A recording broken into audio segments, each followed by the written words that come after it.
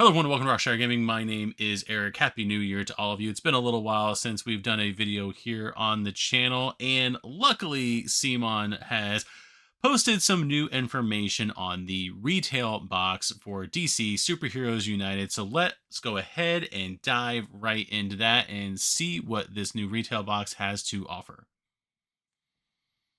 And as always, we do start over here on the main Gamefound page. The announcement for the new retail box was in update number 105. However, the last update we covered here on the channel was update number 94 because I'm not going to do a monthly update or whatever on resin samples for this. I mean, just not going to do that.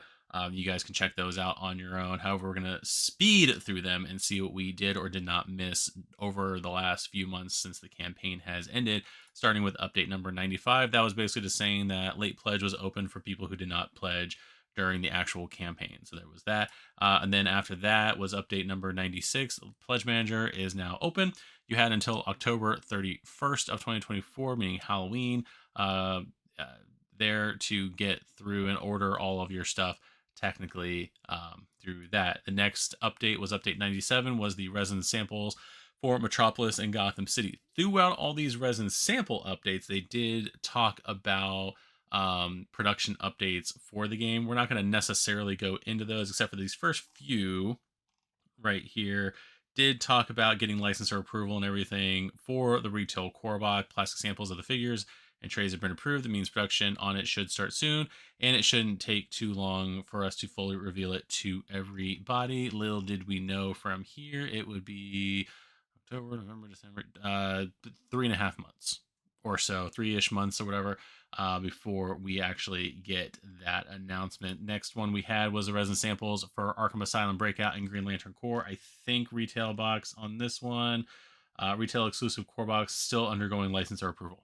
So there was that. So you got all these things right here having to do with production. 99 was resin samples for Teen Titans, War of Light, and Sidekicks. Retail exclusive core box files approved and ready for production. So there was that as far as this update goes. Resin samples, Suicide Squad JSA, and Conqueror Pack was update number 100. Anything? Yeah, no, nothing in here about the retail exclusive box. I think we're done with those. 101 again was resin samples promos 1 through or part 1 of 4, part 2 of 4, part 3 of 4, part 4 of 4. Part 4 of 4 basically was the last production update. We'll go ahead and read that for the entirety of the campaign. It says the art for the additional hero cards that were added during the campaign is done and now being colored. Awesome. Print files continue to be finalized, proofread, and sent to the licensor for approval. Awesome again. The first print proofs are already coming in from the factory for us to check. Awesome.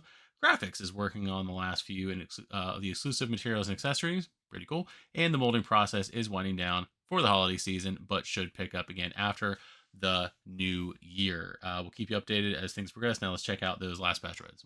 Okay, so that was the update on December 20th of 2024. That was the last update of 2024. And now, hello, welcome to the new year. We get the new update number 105. Now, I don't remember which update it was because this campaign was 6 months ago, 5 months ago, something like that. And, memory not as good as it should be. So, but there was an update in there somewhere very early on in the campaign where they talked about retail box that was going to be coming out well before this campaign is coming out. I'm not expecting this game, like at least the main DC Superheroes United like Kickstarter stuff.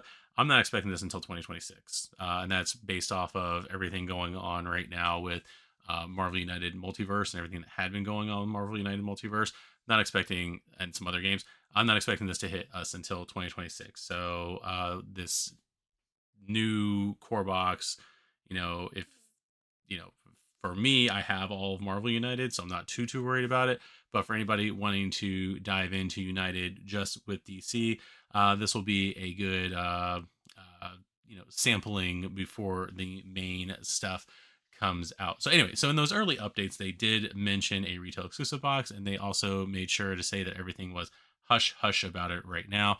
Which again, if you're a longtime DC fan or know anything necessarily about DC lore, you know that there is a character named Hush that was a big deal for at least the 1 year of the storyline back in the 2000s. So we got the reveal today, January 3rd, of the fact that the new promo box or the new core box is going to be Batman Hush. So here we have the box art right here. It is listed as a core box, not an expansion.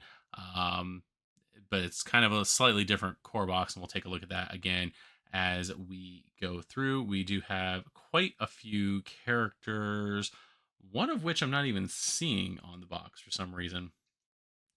I don't know what CMON and DC's obsession is of not showing all of the characters on the core box. It's just that's just whatever to me. But we do have a new variation of Batman right here. Um, I didn't I didn't even realize it during the original campaign. But we do have now a new variation of Catwoman. We have our missing Robin. It looks like we've got a mind controlled Superman, a new version of Joker. We've got a classic version of Harley, which I always like, and then we've got the title character here, Hush. So let's go ahead and read on and see what we got here. Celebrating the new year with a long awaited reveal. That says, heroes unite when Gotham City's most notorious villains start acting out of character. The Cape Crusader knows a more insidious master plan is at work, devised by the shady figure known as Hush. Batman and his allies must act together to protect the innocent, face dire threats, and confront the villains to uncover this revenge plot. But things take a deadly turn when the Man of Steel himself falls under Poison Ivy's mind control. The only hope of solving this mysterious case is for the heroes to stand together, no, united. As we announced before the launch of DC Superheroes United campaign, so yeah, that's how long this has been. There will be a retail only core box released separately from the crowdfunding delivery. As the new year starts, we are excited to reveal this special core box will indeed be based on the highly acclaimed Hush comics. This will be giving people a first taste of the game and the second half of 2025. More details at the bottom of this update. Now let's celebrate the new year by exploring all the elements contained in Batman Hush. So first thing we have right here is a new Batman, going to be very imposing by standing on top of the bat signal right there. There's a look at the backside of the cape right there. We've got some new character or new cards here, and you do see right here that it does say Batman Classic on there. So this is being called a classic version of Batman with the blue and gray color scheme right here. There's another look at it. I will say, having read comics for quite a while, and Hush was one of the comics that got me back into reading DC years and years ago. This is probably my favorite variation of the Batsuit. Though, I grew up with like the old school yellow oval, and like the artwork of like the 80s and whatnot, and of course uh, the Batman movies as a kid, Michael Keaton and whatever. This has still always been my favorite Batsuit in all of DC Comics. So he's going to have one figure, 12 hero cards, and 6 equipment cards. Let's go ahead and read that here. The classic blue and gray Batman is quite different from the one in the regular core box, slightly more heroic, which hopefully means he's going to have more heroic actions in his kit. He can change his detective skills to reveal the next master plan card at any time, possibly changing it. He also mentors Robin, keeping him from being KO'd once, and is able to hold down villains and henchmen so other heroes can finish them off. So basically, you almost need to have the Robin, possibly the Robin from this set, but at least a Robin in the game to utilize this Batman to its fullest potential.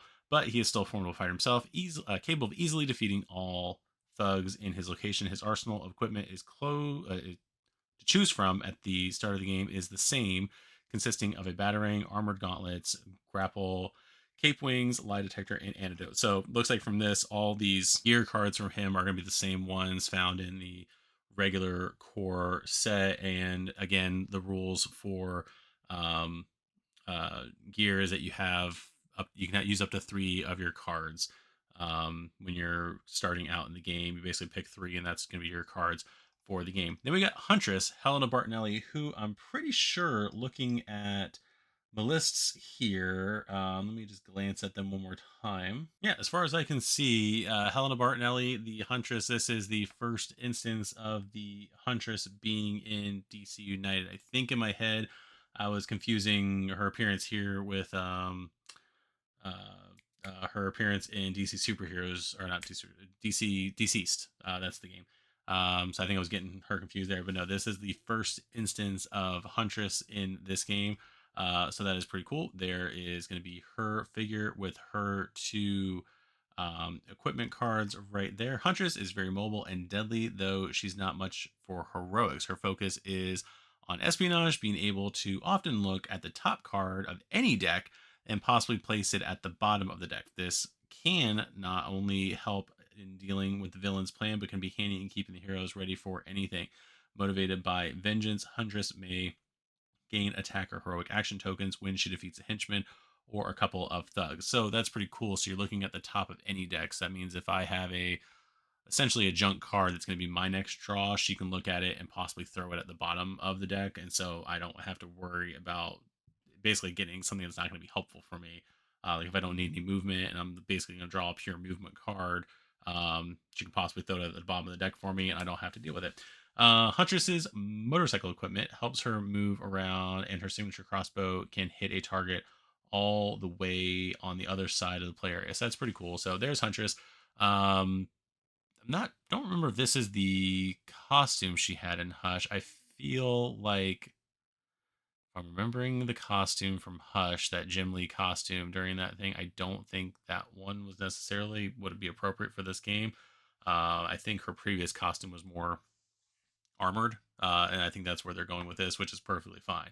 But yeah, there is Huntress right there. The next one we get the long lost Tim Drake Robin, who was the only Robin, I believe, who was not in some way in um, DC superheroes, like the main game, because we got Dick Grayson as both Robin in the Titans box and in the Gotham City box, or the Gotham Knights box, as Nightwing. We got Jason Todd as the um, Red Hood. We've got Damian Wayne as Robin.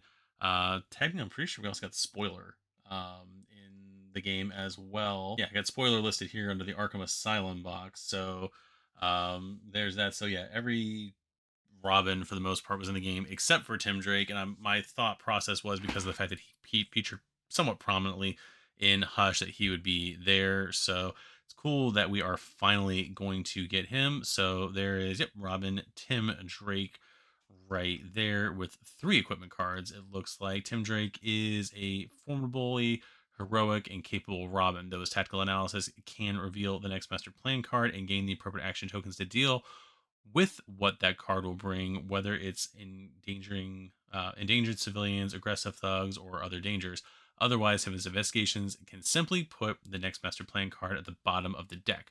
Of course, Tim is well trained in combat, doubling the attacks from other heroes' cards he uses, and his meditative skills can even protect him from being given crisis tokens. So he looks like he's going to be pretty awesome. Like I said, he was always touted as being um, almost, I mean, in some cases, almost smarter than Batman in ways, but basically being the one who would like take over as Batman. So it is pretty cool. He's got a pretty cool kit there. Tim's arsenal consists not only of battering to take out nearby foes and a motorcycle to move around quickly, but also his trusty staff, which helps him to jump around to knock out thugs. Then we got Selena Kyle Catwoman, which is a Catwoman costume, more indicative of how she looked in the 2000s. So that's pretty cool right there. It's pretty accurate. And for whatever reason, probably because of the fact that she's wearing goggles, they call her Catwoman Goggles there. It's not like Catwoman Hush or anything like that. It's Catwoman Goggles. So why not? And she also has a equipment card of goggles. So anyway, the goggles sporting Catwoman acts as strictly a hero, though still shady, I believe. Yeah, Catwoman was an anti-hero in the Gotham City box. Um, she's able to hide among the civilian population in order to avoid being attacked and stun a villain or henchman with her deception. She may still use other heroes as protection against damage and other harmful tokens, and occasionally steal their equipment in exchange for a heroic token. But she may also gain attack tokens to deal with thugs in her location, and her martial arts attacks are pretty deadly. That's going to be pretty awesome, except for the part where she's basically like using other heroes as a shield. So I don't know if I necessarily like that. I know a few people who would probably play her knowing that's her abilities. But besides her whip, which she can use to either attack or pull civilians or thugs towards her, Catwoman is equipped with her special goggles, which allow her to avoid any location's dangerous, permanent, and mandatory effect that would harm her. So all those um, was it the black boxes on the location card. So you've got like the grayish box on the bottom that's usually covered by the threat cards, and then you reveal them and you can do whatever that says. These, I believe, this is talking about those black boxes that are just above that have that effect that's always going on no matter what throughout the game. So it looks like she's going to be able to avoid those, which is can be pretty helpful because some of those can be a little bit of a pain. So that is going to be all of our main heroes. So we're getting 4 heroes in this box. This isn't like a traditional core where we're getting like I mean, this almost goes back to like a Marvel United 1 core as far as the numbers ish go. Um, because I believe so every core box has always had 10 figures. So Marvel United 1 was going to be the only one that didn't have 10 figures originally because I think it was only going to have 8. It was going to have 5 heroes and 3 villains. So far, um we've got 4 heroes. So let's go ahead and look at the next one. Next one's going to be our dual mode character, which is going to be Superman, Kal-El. They list him as Kal-El, not Clark Kent or anything like that. So this is going to bring us up to a 5th heroic character who can also be used as a villain. So again, going back to kind of how that Marvel United 1 box kind of looks. So, but Superman is going to be a dual mode character looking pretty awesome. This is actually a pretty cool figure with like the vine and everything like that. It got kryptonite ring looks like for Batman as a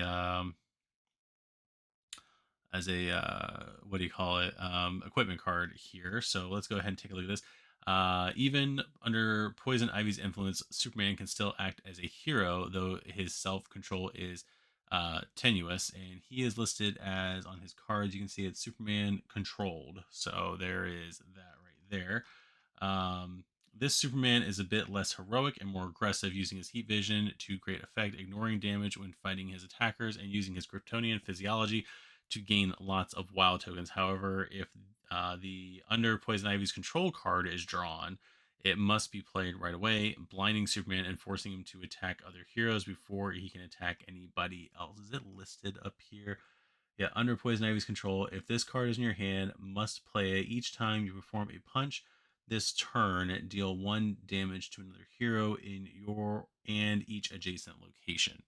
So he is going to be wrecking the team potentially, and you never know when that card's going to pop up. Although this would be a good one to have Huntress, because if she can mess with the heroes decks and basically throw that card to the bottom of the deck, you won't have to look at it for a while unless there is a um unless like a reshuffle somehow happens. Now, also with that said, you'd have to be very lucky to have Huntress see that card. So it's going to be that would be a very situational uh, or solution to the problem of that card. So it's not something to rely on. It would just be very clutch if you're able to use whatever Huntress's ability there is to look at the top of a hero deck, see that that card is there, and then throw it to the bottom of the deck so you don't have to worry about it for the rest of the game. That would be, like I said, a lot would have to happen in order for that to go through. All right, so we already read through all of that. So we've got fully under Poison Ivy's control. Superman is a terrifying villain to face. He is mindlessly helping his master fulfill her plan with the Poison Ivy token, starting the game in the Kane Chemicals location and then moving clockwise whenever there's an overflow around it or Superman's BAM, though once under pressure, heroes can try to block Ivy's movement. As she moves around, Poison Ivy spreads her mind controlling influence, often adding thugs around her. If she makes her way all around the play area and back to King Chemicals, it's game over for the heroes. So if she makes it one time in a circle, or if she ever gets back to King Chemicals, it's over. Okay, so that's kind of interesting. I don't know anybody else in United who then necessarily gets back to where they started and it's over. Let me know down below in the comments if I'm missing anybody.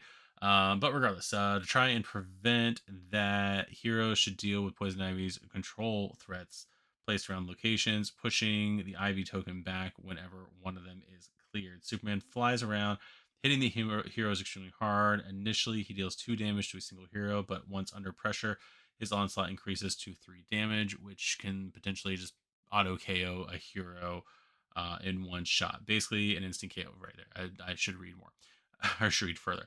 His Master Plan card also occasionally fire up his Heat Vision, dealing a powerful blast to a hero near or far.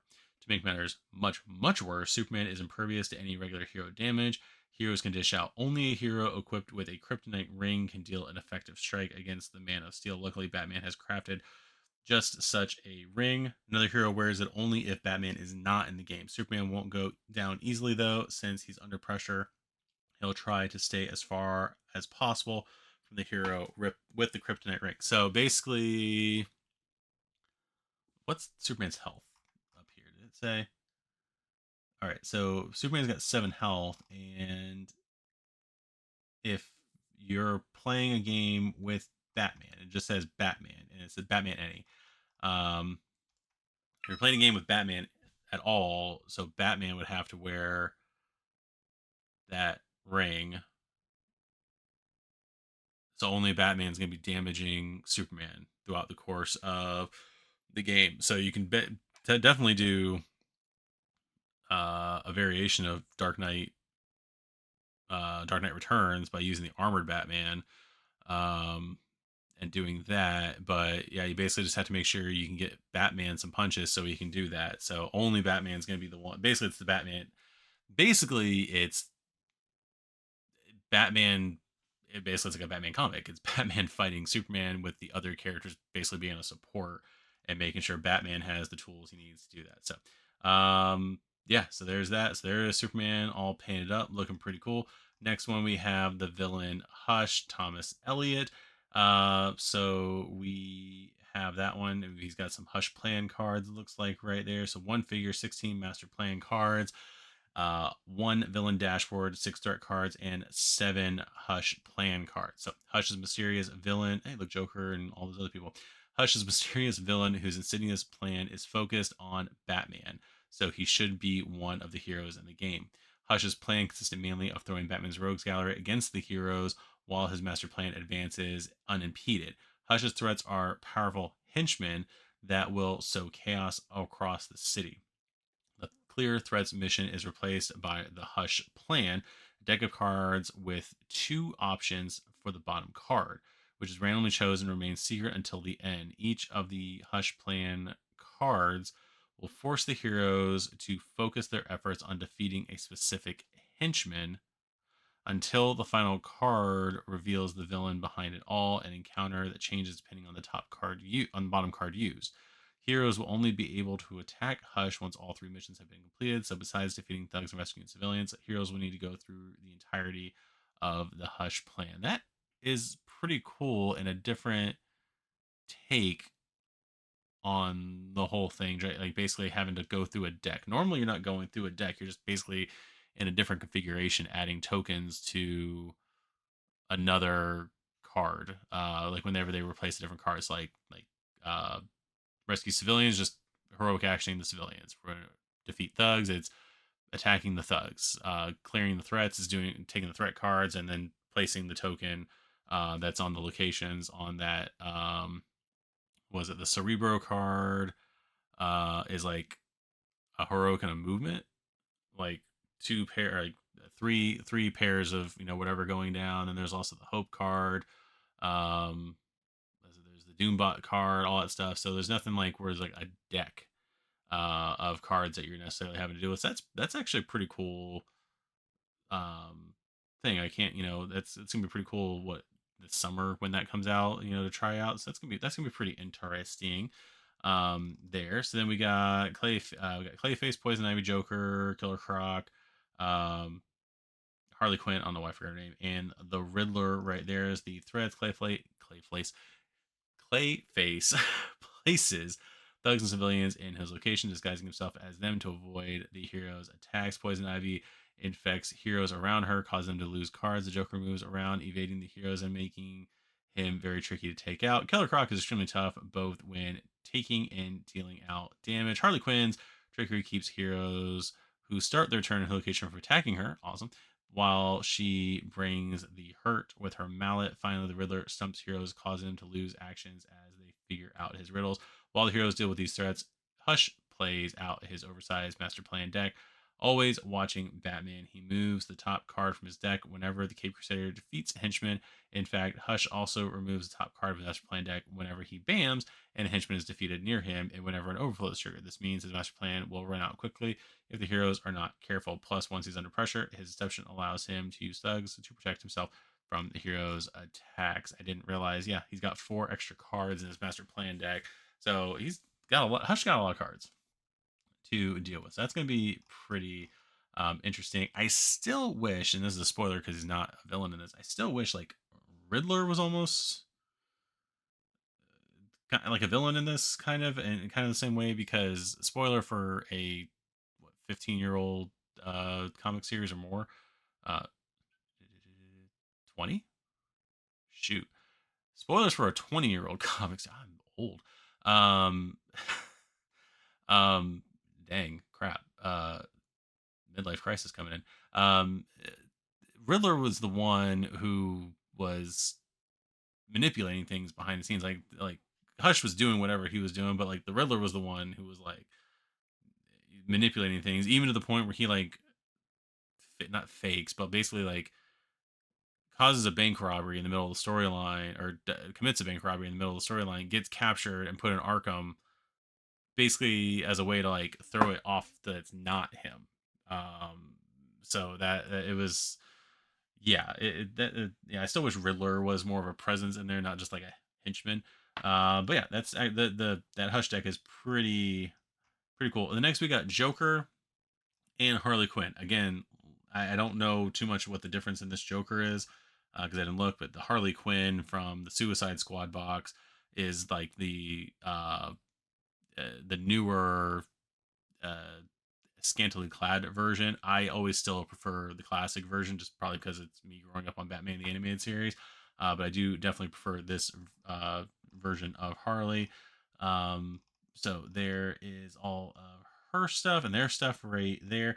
The Joker and Harley Quinn operate together as a deranged villain duo, which is pretty cool. Kind of given like a um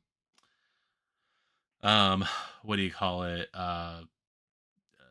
Quicksilver and Scarlet Witch kind of vibe to the game there, where they're basically both using the same dashboard. Their oversized master plan deck always activates both of them and their own individual movement and BAM effect, and Harley placing thugs and civilians around her. The Joker kidnaps civilians around him, placing them on the kidnapping card and forcing heroes with a full hand to discard a random card. Whenever the kidnapping card accumulates enough civilians, a master plan card is added face down to the storyline. Meanwhile, Harley Quinn accelerates the villain turn whenever she's far from the Joker. When she bams, although once she becomes under pressure, she just starts wailing violently at the heroes instead. There you go, giant hammer. When one of the villains is defeated, they remain in play normally, so heroes will need to defeat them both to finally be victorious again, like Scarlet Witch and Quicksilver. And then we got Punch Henchman Punchline, which is weird because Punchline I don't believe was around at the time. I think she is a newer character within the last few years. She definitely wasn't around during the original Hush story. Anyway, which probably means that she should have been in the Harley Quinn spot, I guess, in the main game, and somebody else would have been here. I don't know. The Joker and Harley Quinn are masters of disguise, with most of their threats allowing them to hide among the thugs and civilians to avoid damage. Really, um, their henchman Punchline either either viciously attacks a hero or adds a thug if she has no targets. Their oversized master plan deck is full of nasty surprises for the heroes, with many of them resulting in additional cards being added face down in the storyline. In fact, that also happens when overflow is triggered and when a hero is KO'd, while cards being placed face down is bad news, as that accelerates master plan. At least the heroes are avoiding their nasty effects, right? Wrong. Many of the master playing cards are carefully set up pranks labeled as joke on the back. Whenever hero is KO'd, the earliest joke card in the storyline is flipped, resolving its special effect only. These jokes can range from the deranged couple sharing the healing power of laughter to sabotaging equipment to civilians having one bad day and turning into thugs to attack the heroes and much more. Do we have an example of? No, we don't. So, and how many cards were there?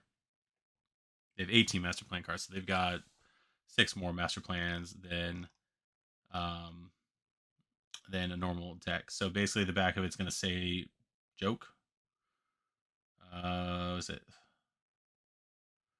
master plan? Many of the master plan cards are carefully set up pranks labeled as joke on the back. So there's going to be something on the back that says joke, and yeah, that's going to be a thing. But even then, it also kind of telegraphs to you what is going to be on the card when you're drawing the deck normally, because you'll know it has like some special effect, whereas if it doesn't have a special effect, I don't think it would have a joke. Or maybe just the joke is just like, like when Joker uses the gun that just has the flag that says pow on it or banger on it, whatever. Maybe it might be like something blank essentially like that. um or maybe that, I don't know. We'll see in July, or more accurately probably September. So anyway, that is going to be that. And then there's Harley painted up. Then we've got locations. Locations of the core box bring places of importance to the characters in the Hush storyline, which I haven't read in a very long time, so I don't really recognize any of these uh, places in the story. Play dangerous games in the amusement mile, adding the bottom master plan face down in the storyline, but delaying the next villain turn if its movement is even. Cane chemicals force you to play your next card randomly, though you do gain a move token. Okay. Saint Hadron's finishing school for girls grants attack tokens if heroes congregate there. Spiral headquarters exchanges recharges equipment or grants wild tokens at the cost of a card. Roxbury Fielding Academy grants heroic tokens if heroes congregate there. If Sicily is dominated by thugs, the heroes lose an action token, though otherwise they may draw one card while allowing a thug to come in. If the Bristol Township has enough civilians in it, the heroes will gain an action token. Finally, Batman has a hard time entering the Monarch Theater, though heroes in it may still gain action tokens if they get into the spirit of the movies. Batman must spend an additional general location when using a movement. Okay, so he's got to basically use an extra movement to get in there. So yeah, that is going to be all of our locations. So 8 locations. So you're only going to use 6 at a time. So the locations are normal. And then we do have generic equipment. The generic equipment in this core box consists of one copy of the same ones from the basic core box: body armor, comlink, airlift, and makeshift weapon, as well as one copy of 4 new generic equipment. So basically what we're getting here, so whereas the main core box has 2 copies of each of the 4 generic equipment, this one we're still getting 8 total generic equipment, but we're getting 1 copy of 8 cards instead of 2 copies of 4 cards, if that makes any sense how I said that. So this single use flashbang stuns a henchman. The mini mines can be placed in a location with no civilians, dealing 1 damage to everything there as soon as the villain moves. The flare can be placed in a location with no villains, moving any hero there on the next villain turn. And the smoke pellets can be placed in a location with no thugs, protecting heroes there during the next villain turn. So we're basically, again, instead of getting just all generic, which arguably the generic equipment kind of is bat centric anyway. Um, we're just getting 4 new bat themed um, uh, cards to go with our stuff, which is kind of cool. I mean, I would almost like to get 2 different copies of these. That way you can utilize them better in like the other core instead of having now 3 copies of one and of three copies of these and 1 copy of these. It would be nice to have still two and two. Yeah, two copies of each one. But anyway, there is our core box. The Batman, and this is basically the part of the small bit on shipping. The Batman Hush core box is scheduled to hit retail later this year, separately from the rest of the content from this campaign. The English version is estimated to come out in the US/Canada in July, and the UK in September, and then localized versions are also in the works and should come out around November. So I know a lot of people, when stuff like this comes out, they basically assume like America and the UK are going to get whatever, and then no one else gets anything.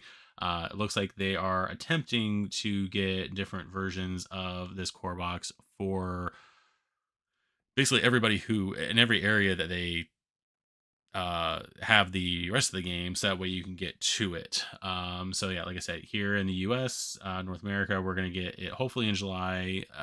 Hopefully it doesn't get delayed. And hopefully we don't get, have to wait till like after the end of summer. It'd be nice to get it toward the beginning of summer, UK in September, and then rest of the world. So I think they ship to Brazil this year, maybe, but then like Asia areas and stuff like that, they're going to shoot for November, it looks like. So that's pretty cool. So that is everything for DC Superheroes United Batman Hush. I am excited for this box. Again, just the clues they gave and reading into things, like we knew it was going to be Hush themed right there. So I'm not going to bring up the spreadsheet because I got everything set up weird and everything, but this box is now going to bring us up to as far as total characters go, um, for DC Superheroes United, we are now looking at about 136 models in DC Superheroes United. It's going to be 67 heroes now with the 4 additional just plain heroes. 17 now dual mode characters with the new Superman. And then villain models, I believe I put down 43.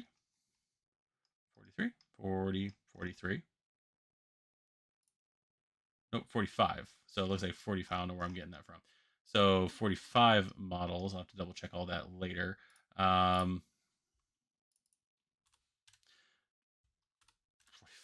So that's going to bring us to 138 total models. So if I'm calculating that correctly, it's going to be 138 models total for DC Superheroes United, which should bring our grand total of total United characters up to like 490 something. We're at like nearly, if not haven't hit it, 500 models throughout all of United, which is pretty cool because I'm trying to remember what my multiverse total is actually added in there. I don't remember if it added in witching hour or not. But yeah, that is pretty cool. So yeah, tons of content if you are a United System fan. Like I said, DC Superheroes United, as far as like number of models and everything like that, is um, you know, near multiverse as far as amount of content. So we're definitely getting a ton of stuff, and this new box looks pretty cool. A lot, different than just like a traditional core with the way that the Superman works. Even with the way the Hush works, they made it unique, and then the dual mode with or the duo thing with Harley and Joker. Still wish Riddler would have been in there, and we are technically getting, was it 5 heroes and 3 5 total, is it 5 total heroes and three straight villains kind of thing. So we have 8 models in this one. So technically 2 models short than a traditional like core box. So there is that. But again, this is um, a retail core box giving us like a glimpse into what the system is going to be with different changes to the system and how things play. So I'm not too worried about it. I don't feel like we're getting shorted on any kind of gameplay because again, Marvel United 1 had three three villains to fight against, and compared to later releases and later characters and everything like that. Those three are pretty generic now. Compared to like stuff like what's going on with this one, so this is probably gonna be. I'm thinking this is gonna be a pretty good bang for your money, for your buck, and everything like that. So I'm cool with it. So anyway, so that is going to be everything in DC Superheroes United. I'm looking forward to getting this. But let me know what your guys' thoughts are down below on this box. If you enjoyed this kind of video, make sure to hit the like button down below. Hit the notification bell to see when the next video on the channel comes up. And always make sure that you are subscribed to the channel to continue to help the channel grow. With that said, I have been Eric. This has been DC Superheroes United Batman Hush, and we'll see you guys in the next video. Bye-bye.